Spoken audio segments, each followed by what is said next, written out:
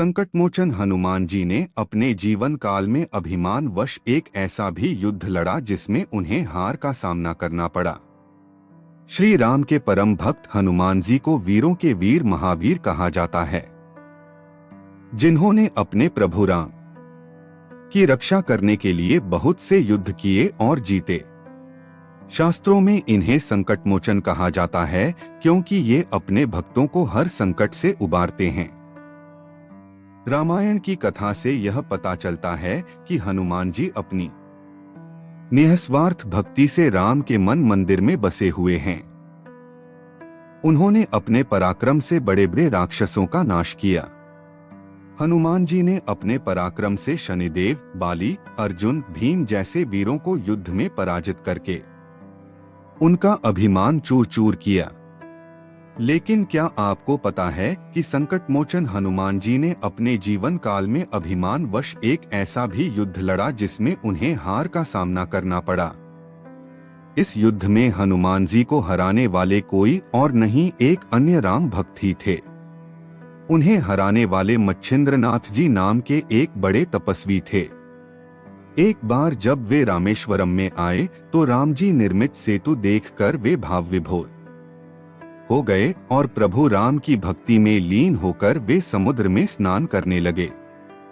तभी वानर वेश में उपस्थित हनुमान जी की नजर उन पर पड़ी और उन्होंने मच्छिंद्रनाथ जी की शक्ति की परीक्षा लेनी चाहिए।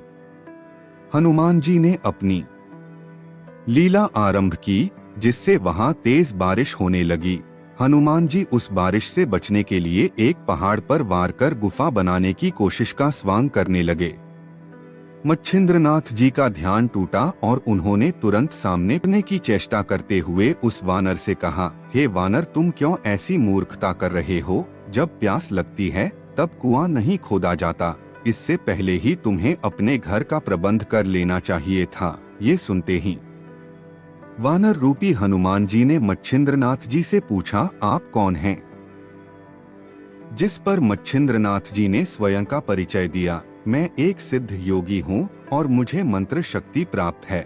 हनुमान जी ने मच्छिंद्रनाथ जी की शक्ति की परीक्षा लेने के उद्देश्य से कहा, वैसे तो प्रभु श्री राम और महाबली हनुमान जी से श्रेष्ठ योद्धा इस संसार में कोई नहीं है, पर कुछ समय उनकी सेवा करने के कारण उन्होंने प्रसन्न होकर अपनी शक्ति का 1% हिस्सा मुझे भी दिया है। ऐसे में अगर आप में इतनी शक्ति है और आप पहुँचे हुए सिद्ध योगी हैं, तो मुझे युद्ध में हरा कर दिखाएं, तभी मैं आपके तपोबल को मानूंगा। इतना सुनते ही मच्छिंद्रनाथ जी ने उस वानर की चुनौती स्वीकार कर ली। तब वानर रूपी हनुमान जी ने मच्छिंद्रनाथ जी पर 7 बड़े पर्वत फेंके, पर इन पर्वतों को अपनी तरफ आते देख मच्छिंद्रनाथ जी ने अपनी मंत्र शक्ति का प्रयोग किया और उन सभी 7 पर्वतों को हवा में स्थिर कर उन्हें उनके मूल स्थान पर वापस भेज दिया। इतना देखते ही महाबली को क्रोध आया। उन्होंने मच्छिंद्रनाथ जी पर फेंकने के लिए वहां उपस्थित सबसे बड़ा पर्वत अपने हाथ में उठा लिया, जिसे देखकर मच्छिंद्रनाथ जी ने समुद्र के पानी की कुछ बूंदों को अपने हाथ में लेकर उसे वाताकर्षण मंत्र से सिद्ध कर हनुमान जी के ऊपर फेंका। पानी की बूंदों का स्पर्श होते ही हनुमान जी का शरीर स्थिर हो गया और वे हलचल करने में भी असमर्थ हो गए। मंत्र शक्ति से कुछ क्षणों के लिए हनुमान जी की शक्ति छिन गई और वे उस पर्वत के नीचे दबकर तड़पने लगे। हनुमान जी का कष्ट देख उनके पिता वायुदेव प्रकट हुए और मच्छिंद्रनाथ जी से हनुमान जी को क्षमा करने की प्रार्थना की। वायुदेव की प्रार्थना सुन मच्छिंद्रनाथ जी ने हनुमान जी को मुक्त कर दिया और हनुमान जी अपने वास्तविक रूप में आ गए। फिर उन्होंने मच्छिंद्रनाथ जी से कहा, है मच्छिंद्रनाथ जी, आप तो स्वयं नारायण के अवतार हैं, ये मैं जानता था। फिर भी मैं आपकी शक्ति की परीक्षा लेने की कुचेष्टा कर कर बैठा। आप मेरी इस भूल को माफ करें। यह सुनकर और स्थिति को समझते हुए मच्छिंद्रनाथ जी ने हनुमान जी को क्षमा कर दिया।